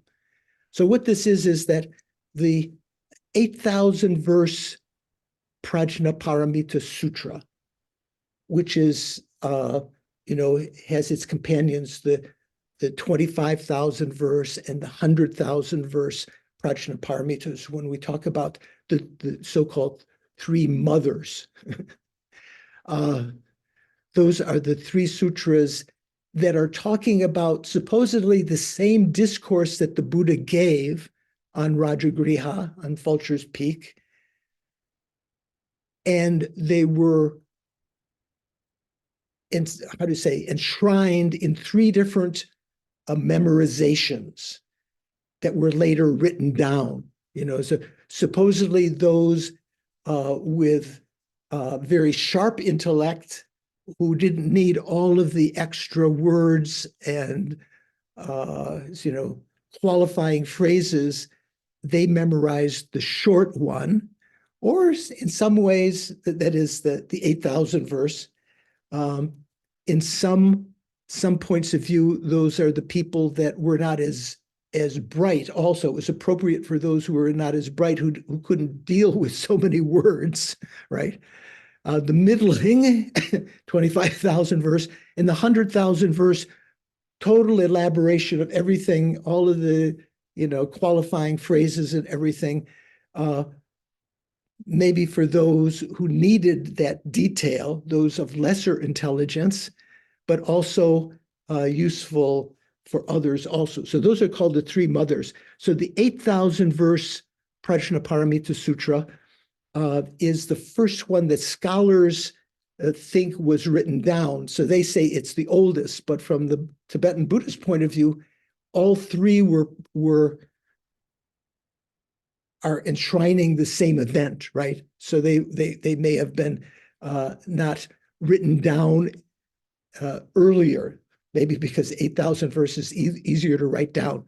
So when the 8,000 verses Prajna Paramita was written down, it had alternating prose of the sutra and these verses, what is called here the verse summary of the perfection of wisdom, which is also a separate text. You can take it out of you can get the 8,000 verses with the verse summary at the right place that summarizes the actual text of the Prajna Paramita, the 8,000 verse, or you can have it just separate as a separate text. So that's what the Tibetans refer as Pakpa Dupa, or sometimes just Dupa. You have to know what all these these abbreviations mean. So, A question? yes, sir. Yes, sir. Did you say that the Ratnaguna Samuchaya Sutra, Samuchaya Gatha, was this another name for this Prajnaparamita Samuchaya Gatha? Okay. Yes, it's exactly the same text, just another name, like the Uttara Tantra has different names and so forth and so on. So in Kanza's text, and Paul helped me out finding out that I was looking in the wrong text for this, in Kanza's text called the Prajnaparamita Literature, which you can find, on page 9, it says, the original Ratnaguna Samuchaya Gatha, the verse summary, is now lost. So that means the Sanskrit. Kanza is dealing with the Sanskrit. As all we possess is Haribhadra's revision. And those of you who studied a little at TNL in Dupta Norbaling on the Prajnaparamita, or was it 70 topics with Venerable Sankhya Khandro, may remember Haribhadra as being one of the commentators of the Prajnaparamita Sutras. He wrote a particular commentary to the 8,000 verses also, which is a very famous one. So all we possess is Haribhadra's revision of this. So they don't have the original Sanskrit supposedly, but the Tibetan may be very close to the original. And then Kanza mentions this, the status of this work is not quite clear. There are 3 possibilities. So what is the work in question here? This verse summary, right? The verses, the one possibility is that the verses formed originally part of the Ashta, which is short for the 8,000 verse Prajnaparamita. The verses formed originally part of the 8,000 verses and were later separated. That's one possibility. Another possibility is that the verses are the original form of the 8,000 verses. that were these, because it looks like older language in general than the how do you say, the people who study the language and so forth. But that's easily understandable because that may have been kept because they were very simple, and the 8,000 verse may have been revised and more Sanskritized and so forth. The third possibility is the verses had been made up afterwards. The 8,000 verses, Prajnaparamita Sutra was there, and then the verse summary was composed afterwards to make it easier. It is very difficult to come to a decision on this. This is Edward Kanza, the famous Sanskrit scholar. So this verse that we have here, understand all sentient beings as like the self, understand all phenomena as like all sentient beings. This is part of verse, what is it? Oh, I can't remember, 28, I think. Yeah, 26. So the actual verse goes on, and I'll read you what Kanza's translation of the other 2 lines is. Kanza translates this verse. We have the first 2 lines here. Understand all sentient beings as like a self, understand all phenomena as like sentient beings. He translates, he wisely knows that all that lives is unproduced as he himself is. He knows all that is no more exists that he knows that, I'm going to put on my reading glasses. Second line, he knows that all that is no more exists than he or any beings. And then the extra 2 lines are, the unproduced and the produced are not distinguished. That is the practice of the perfection of wisdom. So Chandrakirti, Lama Tsong Khapa are just taking these first 2 lines of verse 26. So in the 8,000 verse Prajnaparamita at this point, it reads, although we speak of a self, so this is the the 8,000 verse that this verse that we just read purports to condense. Okay, although we speak of a self, yet absolutely the self is something uncreated, unborn, right? Since therefore all dharmas are without own being, without self-existence, what is that form, etc., which cannot be seized and which is something uncreated? If it's uncreated, what is it? Thus, the fact that all dharmas are without own being, without self-existence, is the same as the fact that they are uncreated. But the non-creation of all dharmas differs from those dharmas themselves. Okay. Phenomena and the fact that they are not inherently existent are two different topics, right? Two different things that you can investigate. But the non-creation of all dharmas differs from those dharmas themselves. How shall I instruct and admonish a non-creation in a perfect wisdom, which is also a non-creation? And yet one cannot apprehend as other than uncreated all the dharmas, be they those that constitute a Buddha or a Bodhisattva. Read again. And yet one cannot apprehend as other than uncreated. You can't see something as inherently created that constitute a Buddha or a Bodhisattva or him who marches to enlightenment. If a Bodhisattva, when this is being taught, is not afraid, hopefully like you, then one should know that this Bodhisattva, this great being, courses in perfect wisdom, develops it, investigates it, and meditates on it.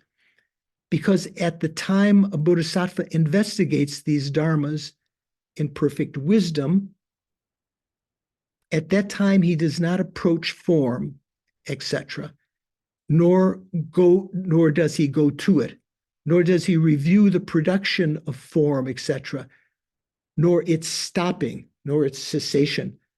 For the non-production of form, etc., is not form. Anyway, so that's what this verse encapsulates. So the point that Lama Tsongkhapa is pointing out here, just as with sentient beings understand all phenomena. So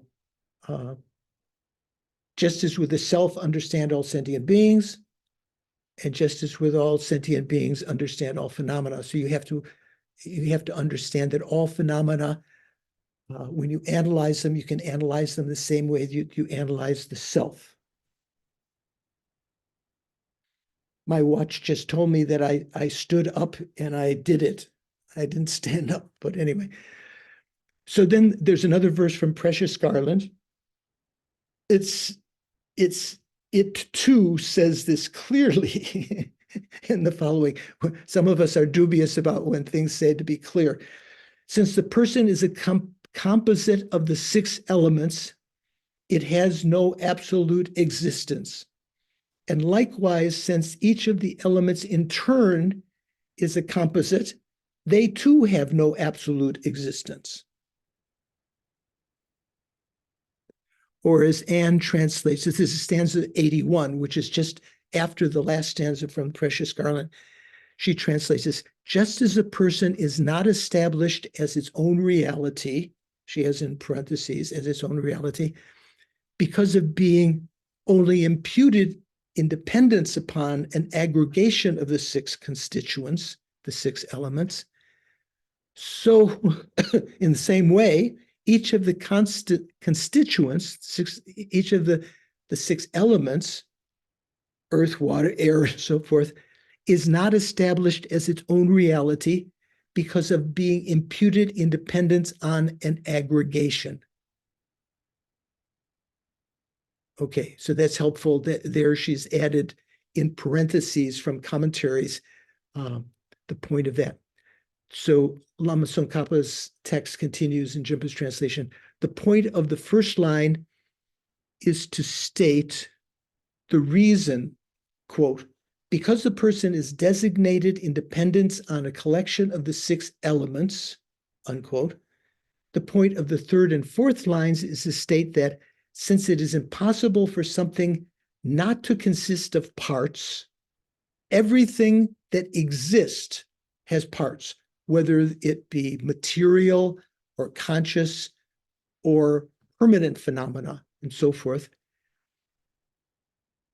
Since it is impossible for something not to consist of parts, in other words, everything has parts, and a bearer of parts, since it is impossible for something not to consist of parts and a bearer of parts. So what does that mean? Anything that exists, let's say, like when we talk about the chariot again before, the parts were the individual, the rim and the reins and the wheel and so forth. The bearer of parts is the chariot itself. The chariot has wheels. It is the bearer or possessor of parts. Okay, so anything that exists has to have parts and a bearer of parts. Because if it has parts, there's something that is the holder or the possessor of those parts. Because of that, each element is, in turn, designated in dependence on the collection of many constitutive parts. Therefore, they do not exist on the level of absolute reality. By the same logic we've been talking about, because they have parts. Or they don't exist by virtue of their own essence. Furthermore, if they are designated in dependence on the collection of their constituent parts, let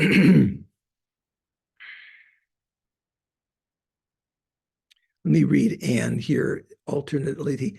So this next paragraph, she says, furthermore, with regard to whatever is imputed in dependence upon an aggregation of parts. So what does that mean? If you're imputing the chariot, it's imputed upon an aggregation of parts, the wheels and so forth, or the car, the wheels, the windshield, the driver's wheel, the seats inside. Furthermore, with regard to whatever is imputed in dependence on an aggregation of parts, a collection of parts, the parts or the whole, bearer of the parts, are not suitable to be posited as an illustration of it. That is, as something that it is. You can't posit the parts as the chariot. You can't posit the possessor of the parts or the whole as an illustration of the chariot, although that seems like it should be, right? And anything that is different entity from those two also could not be an illustration of it either. So if it's not the parts, it's not the possessor of the parts, and it's not something which is different, like the chariot is something over there, separate from the parts and the possessor of the parts. Jinpa says, furthermore, for that same paragraph, he translates it, furthermore, if they are designated in dependence on the collection of their constitutive parts, neither the parts nor the bearer of the parts can be the thing itself, yet something of different entity from those cannot be the thing either. What do you think, Sean? As they say in New York, you got a problem with that? Well, I was just wondering if you could do that with the element instead of the chariot. Yeah, you could do that. Yeah, the elements have also parts, former, future, and so forth. So as they have parts, they are merely imputed upon them also. I only noticed a smile from 2 New Yorkers there. Is that, you know that expression? You got a problem with that? When you go to the muffin shop or something and you complain about it and the guy's response, at least according to my cousin who lives in New York, you got a problem with that? This is one of his favorite expressions. Okay, so Okay, so I think that's a good place to start, to stop. So we're going to stop, and right at this point, I'm going to see if I can add a note here. Okay, so can anyone tell me what page this is in Jimpa's text? I believe it's 183, Venerable George. Thank you. 183. And in Anne's text, Klein's text, 178, I believe, top of 178. 178. Okay, so we have that. You can keep track. This is where we'll begin next time. So how are we doing? Making sense from today? Okay, I got a couple of thumbs up there. Nadine, you've been silent. Do you got a problem with that? No, I'm just happy. Thank you so much. Okay, good. Sumvansh, Mikhail, everyone okay? Okay. Karen, David. Where did David go? Is he still here? Oh, David's here, yeah. You're okay? Rocio's looking off in the sky. I'm not sure what side she's looking up. Does that mean she's thinking about something? What were you thinking? Yeah.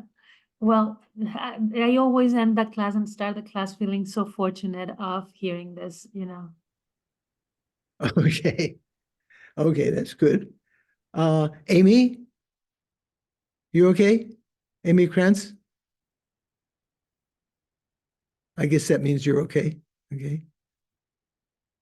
Okay. There's also an Ada, which is different than Ida. KT, any questions? Okay, excellent. Okay, so we'll have a discussion group on Monday. And some of these things that I've been reading are posted up on the Facebook page or will be soon due to the kindness of Doris, who helps out posting these things for me. Is Doris still here? She disappeared? Oh, there she is. Okay. They are posted, Venerable. Okay, so you can download them. Also, reading from Jim Blumenthal's that I had mentioned in the last class in his translation of Shantarakshita's proof of non-partless, disproving partless atoms and so forth. So a couple of pages of that can wet your whistle. So, yeah, Shankar. This is I waited till the end because this is somewhat unrelated to what we've been talking about. But since there are scholars on this, eminent scholars in this group, I wanted to ask. So you were saying Edward Kahn's mentioned that the Ratnaguna Samuchaya Gatha, you know, that verse, right? Summary.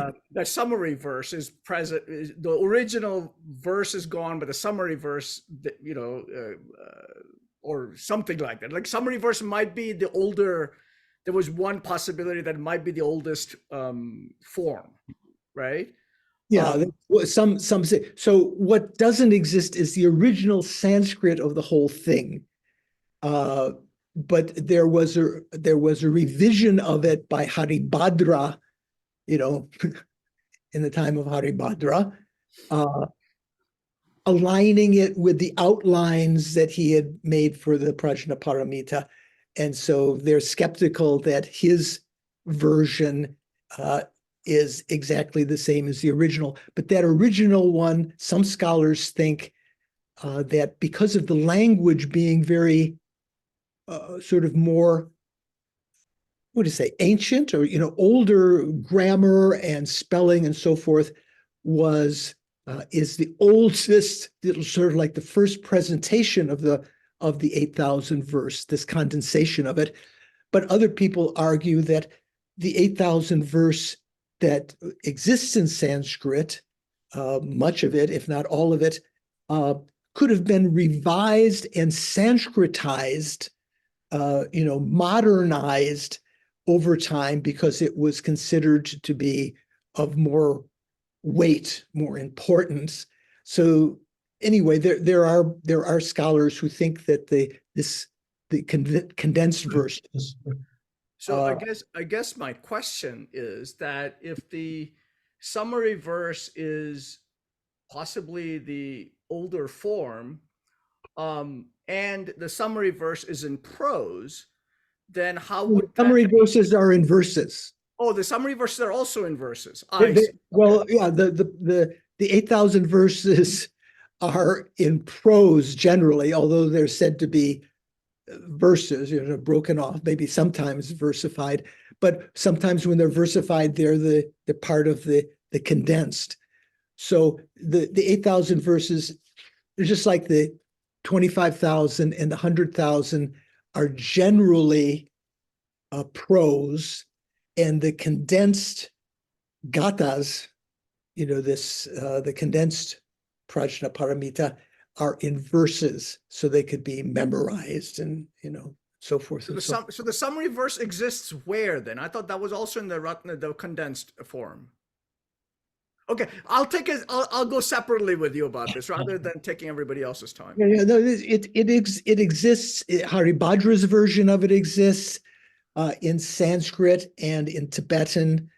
So they have the Tibetan and the Sanskrit, but I'm not sure how much of the original Sanskrit before Haribhadra, only portions of the original Sanskrit of those condensed verses exist.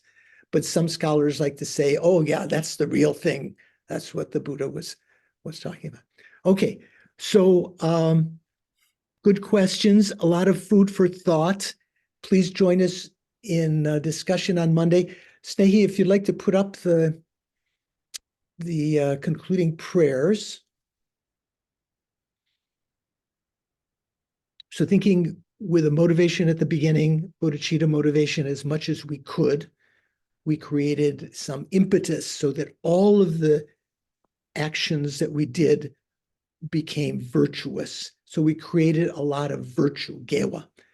Due to these virtues, gewa di, may I quickly attain the state of a Guru Buddha and lead all migrators without exception into that enlightened state. May the supreme precious bodhicitta that has not arisen arise and grow, and may that which has already arisen not diminish, but increase more and more. And for the swift return of Lama Zopa Rinpoche's incarnation, oh, wouldn't that be wonderful? Peerless teacher and assembly of children of the victorious ones, Shravakas, Pratika Buddhas, victorious Losang father and sons, together with your lineage, all the objects of refuge of the infinite realms, please now bestow the virtue and goodness to accomplish this prayer. In upholding and spreading the Muni's precious and complete teachings through explanation and practice, those are the two ways that we talk about when we talk about Kedrup, like Kedrup Rinpoche, and so forth, explanation and practice. You wore the armor of patience, Sopa, that is never discouraged. Incomparable, venerable Guru, to you I make request. Sole gateway through which all benefit and happiness emerges, while striving exclusively both for the welfare of the conqueror's teachings and for mother living beings, mother sentient beings, you suddenly departed to peace. At this, I was bereft of hope.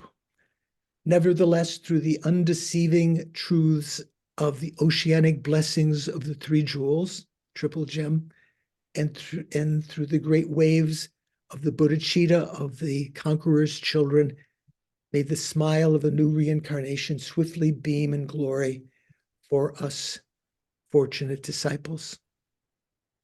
And for all of our teachers, Dalai Lamas, the Serkon Rinpoches, the Yangtze Rinpoches, all the gurus, the gurus that we have been listening to recently. You who are my eyes to view all the infinite scriptures. You are the supreme gateway for the fortunate ones traveling to liberation, engaging as you do with skillful means, moved by mercy. All illuminating spiritual friends, please live long and stable lives. And then just to see if you can solidify that with a meditation on the emptiness of the three spheres. We've dedicated the merits to our own quick enlightenment for the sake of sentient beings and for various other purposes. Think that the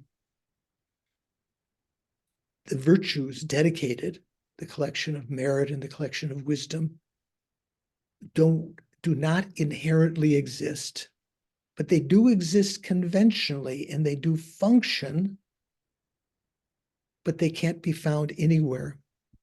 The goals dedicated to our achievement of enlightenment, the stages of the path and so forth, the benefit of all sentient beings, they do not inherently exist as they appear to our minds. They do exist conventionally, mere imputations, and they do function. The process of dedication that seems so concrete and inherently truly existent to our minds is a mere imputation upon its parts, the virtues to be dedicated, the goals dedicated to, and the process of dedicating. Dedication can't be found anywhere there. It is a mere conceptual designation, in this case, a correct designation. Try to seal the dedication that we just did, the conventional dedication, in the emptiness of the three spheres.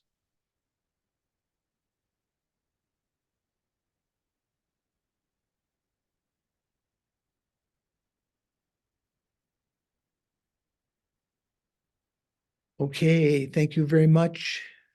We had a nice beginning again, so hopefully we'll be getting into some really juicy parts of the Prasangika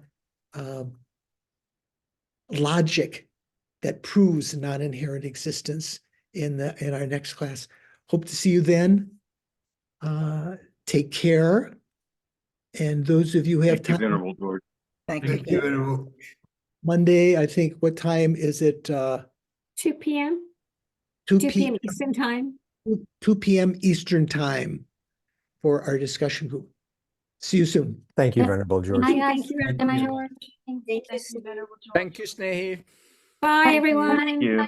Bye. Can you stop And the welcome to recording? And I would Sasha like to and ask whoever some else. personal things. How's